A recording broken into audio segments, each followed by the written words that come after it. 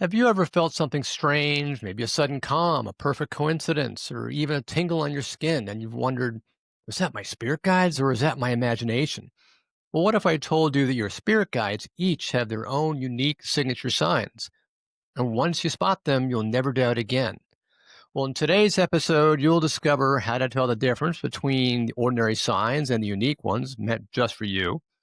Three powerful ways your spirit guides leave their personal signature and the simple steps that you can take once you recognize it so that your connection with them grows even stronger.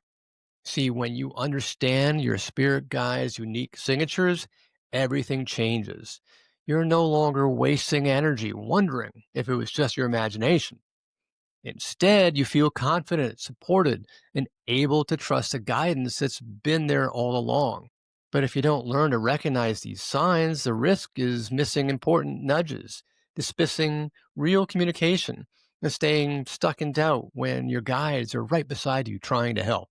Well, welcome to Spirits Beside Us, the podcast that helps you recognize the love, guidance, and presence of spirit in your everyday life. I'm your host, Chris Lippincott, international psychic medium and spiritual teacher, and together we'll explore the many ways that your spirit guides and loved ones reach out to you. If you've ever wondered whether it's really spirit or just your imagination, then you're in the right place. Here you'll discover the signs, stories, and tools that remind you that you're never truly alone. If you're feeling that you're getting something from all these episodes, then please hit follow so you never miss an episode. The first personalized sign that your spirit guides often use is what I call their emotional signature. Spirit loves to communicate through emotion because feelings are immediate. They bypass the chatter of the mind and they land straight in your heart. Words can be misheard, happens all the time. Signs in the outside world can be doubted, but a sudden wave of peace or comfort, well, you can't ignore that. So here's a key distinction. These feelings don't come from your surroundings, they arrive out of nowhere. For example, you could be in the middle of a stressful day, your mind is racing, and suddenly you feel calm. Or you're grieving, tears are running down your face, and in an instant, it's as though warmth and comfort suddenly surround you. And this is where the doubt creeps in, right? We immediately think, oh, I'm just imagining it. It's because I just want to feel better. But let me pause here. And this is so important. Your imagination can create pictures and it can create thoughts, but it cannot generate emotions or physical sensations out of thin air. Only spirit can do that. If your mood flips in an instant with no outside trigger, if your skin tingles or your heart feels wrapped in warmth, that's not you making it up. That's spirit blending with you. And you see, I've seen this over and over again in readings. One time I was sitting with a woman who had just lost her husband. She was overcome with grief. You could just feel her heaviness, which was, totally understandable. But her husband connected with me and began giving us loads of evidence, definitely confirming it was him. And yes, his wife immediately recognized him with all the signs. And that kind of began to subtly shift her emotions, just hearing from him. But after giving all of his evidence, he started to progress to his messages. He then showed me an image of himself wrapping his arms tightly around her, along with a giant protective blanket. To me, it kind of felt like a blanket of love, almost like energy being draped over her shoulders. But at the exact moment that he was showing me this, she gasped and said, I don't know why, but it feels like somebody's just put a blanket around me. I suddenly feel safe. I feel him here. That's emotional signature at work. Spirit showing love through feeling. See, these aren't random sensations, they're spirit's emotional fingerprints. Okay, now let's make this practical. Here's an exercise that I love to teach my students. When you feel a sudden emotional shift, instead of brushing it off, and you gotta pause, just say silently to yourself, Spirit, if this is you, please do it again. And often the feeling will return stronger or might repeat in another way. That's your confirmation. So here's another layer. Pay attention to where these feelings land in your body. Peace might soften your chest, or joy might bubble up in your belly. Comfort might rest on your shoulders. And this becomes part of your guide's personal signature. Over time, you'll begin to know, oh, I see. When I feel that warmth in my chest, it's my guide letting me know they're close. And you start to figure them out. Now, let me ask you, have you ever had or felt a sudden emotional shift that you just couldn't explain? Think back on it. What if it wasn't random? What if every single one you felt was a gentle tap on your shoulder from your spirit guides? And here's something fascinating. Sometimes spirit pairs emotion with timing. You might silently ask for guidance, and within seconds, you feel a wave of peace. Or you might doubt yourself, and then suddenly you feel reassured. So, emotion plus timing is spirit saying, yes, this is me, and I heard you. So, imagine this. What if you could trust those sudden emotional shifts, not just dismiss them, but embrace them as your guides reaching out? How much calmer, how much more supported, more confident would you feel walking through your day? Okay, so the second personalized sign that your spirit guides use is what I call their own timing signature. We all know the usual suspects like feathers or number patterns or maybe songs on the radio, but here's the real secret. It isn't just the thing that makes the message personal, it's the when it shows up. Timing is Spirit's calling card. It's not so much the meaning of the angel number, it's the when it shows up. So pay attention to what was in your mind at the exact moment that you see the repeated numbers. That'll give you a clue about what Spirit wants you to pay attention to. Maybe a thought had flashed across your mind and maybe stay more calm, but you just ignored it and just then the angel number appeared. So it's not so much the meaning of that specific number combination itself, it's the timing of when it shows up. You could see a feather on any ordinary day and maybe not think twice about it. But when you've just whispered, please show me you're here, and a feather drifts across your path at that exact moment, that's not random. That's timing. That's spirit saying, we heard you and we're in real time. Let me give you another reading story. I was working with a man who was grieving with his brother. He felt he'd forgotten by spirit. Nothing was working for him. But the morning of our session, he was sitting in his car and said aloud, if you're with me, I need to know. Show me something unmistakable. And minutes later, he pulled up to a red light, and the car in front of him had a license plate with his brother's initials. He told himself, oh, that's just a coincidence. Until a few minutes later, then he saw a truck with his brother's name on the side. Two hits, same moment, right after he asked. Now that's timing stacking itself, so you can't wiggle out of it. It's not always dramatic, of course. Sometimes it's gentle, like a song lyric rhyming just when your mind spins, or maybe two strangers in the grocery line discussing the very topic that you were trying to figure out, or the clock flashing maybe 11:11, the exact instant you doubted yourself. Again, the object is ordinary, but the timing is surgical. So let's make this practical. Ask yourself my favorite timing question. Would this have meant anything if it had happened at any other time? If the answer is no, the power is the when, not the what. See, I see timing cluster around thresholds, maybe moments of choice, grief spikes, courage spikes. So think about your own life. Right before a difficult conversation, maybe the right podcast pops up, or on the day that you're considering giving up, an old friend texts, don't quit. You've got this. Guides love thresholds because you're listening. Well, here's a personal example. See, these days, and sometimes I'll still second guess myself. I'm still human, right? But then, right at that moment, an email lands from a client saying, oh, Chris, your message was exactly what I needed to hear today. Well, that's not just encouragement. That's my guides using timing to course correct my own doubt in the moment that I'm feeling it. Okay, so how do you work with timing instead of chasing it? Try a three-step practice. One, ask with clarity. Spirit guides, if this opportunity is right, give me a confirmation within 24 hours in a way that I just can't miss it. Two, release it. Don't white knuckle your day checking clocks every 2 minutes. Guides work best when you're not gripping.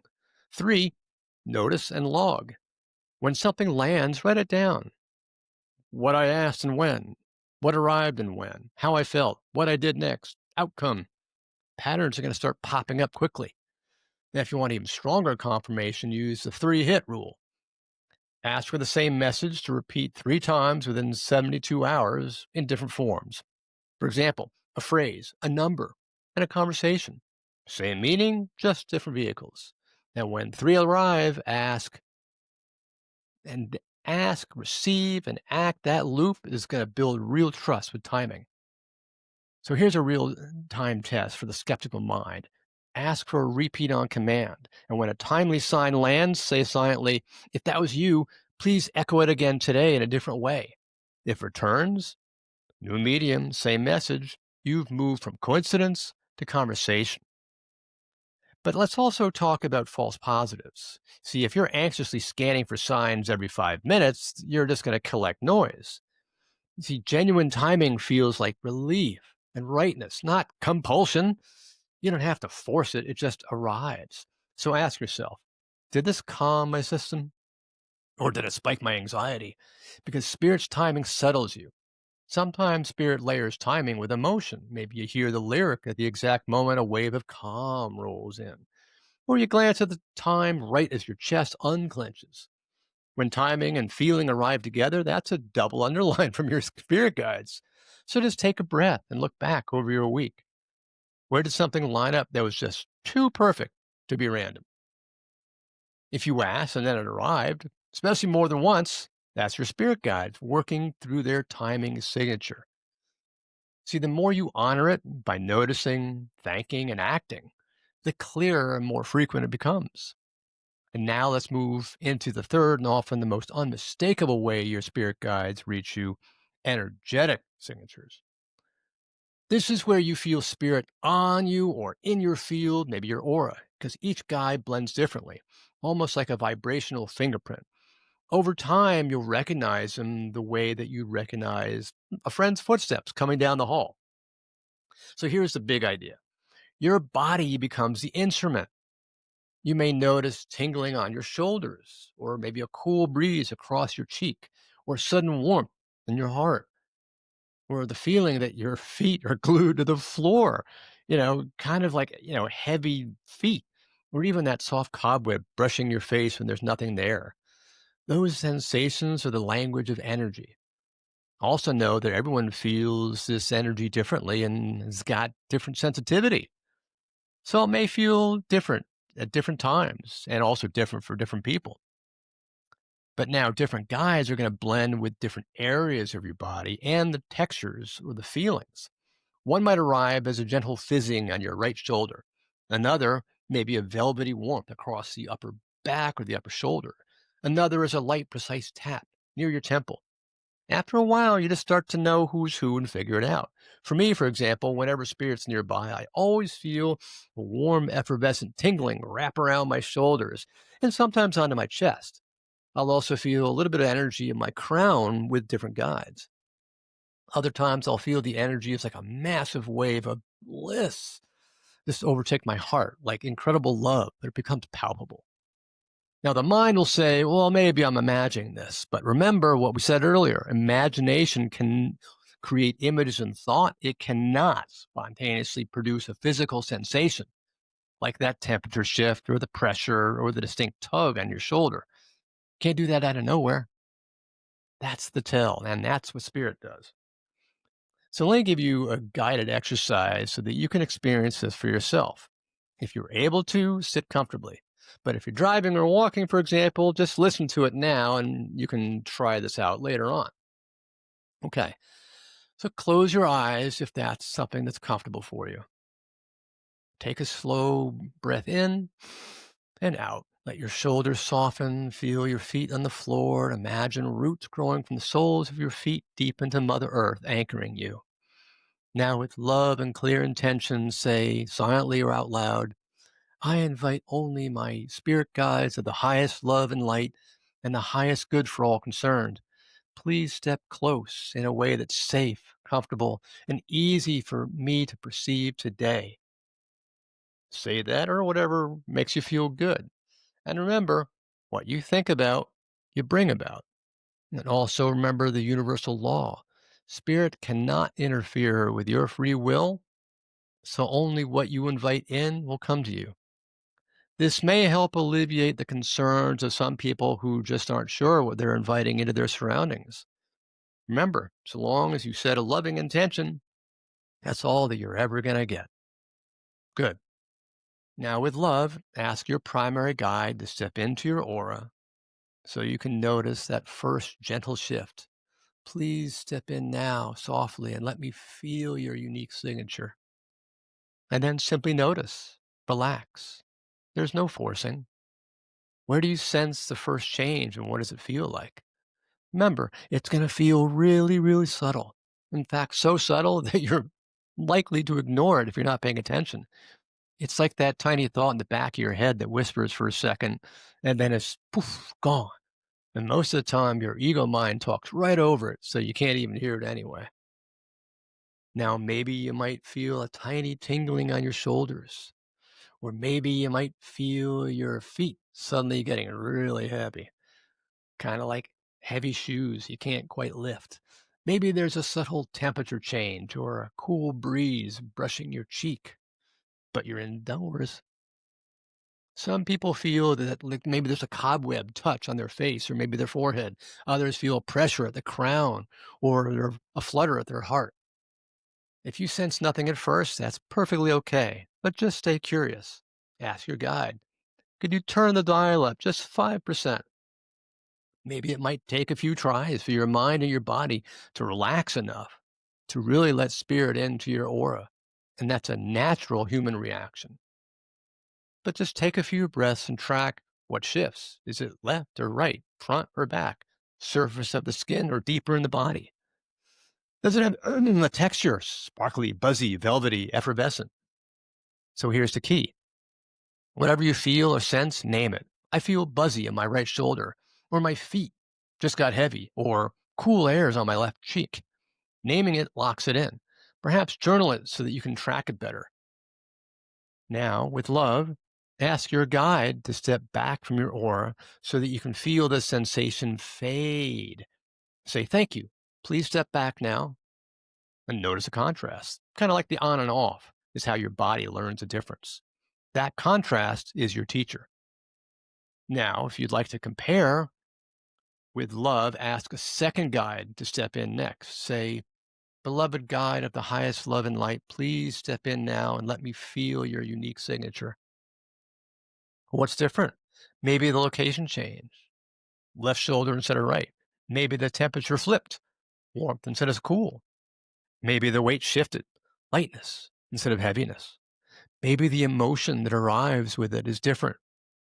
One guide brings peace, another brings courage or playful joy. Let this second guide step back when you're ready. Thank them. Now you've just experienced two unique energy signatures. This is how you'll start to say, oh, that tingling on my right shoulder, that's guide A. The heavy rooted feet and calm chest, that's guide B. Now you can improve your connection with your guides just by relaxing and calming your mind through meditation. And that helps you open your energy to spirit. And to make all this easier, you can just grab my free meditation because it calms the mind and it heightens your sensitivity so that emotional, timing, and energetic signatures stand out clearly. And you can download that at montclairmedium.com/free dash meditation. Well, now you can recognize your spirit guide signatures. It's amazing. And the next hurdle, turning those signs into a two-way conversation so that guidance gets specific. Ask, receive, understand, act. If you've ever wondered what to say, how to listen, or how to separate intuition from mental noise, then listen next to the episode titled How to Talk to Spirit Without Being a Medium. In that episode, I walk you through simple language, timing windows for asking, and the exact prompts I use to get clear, actionable answers. Well, now, I hope this was helpful. This is Chris signing off, sending you love and light. Bye until next time.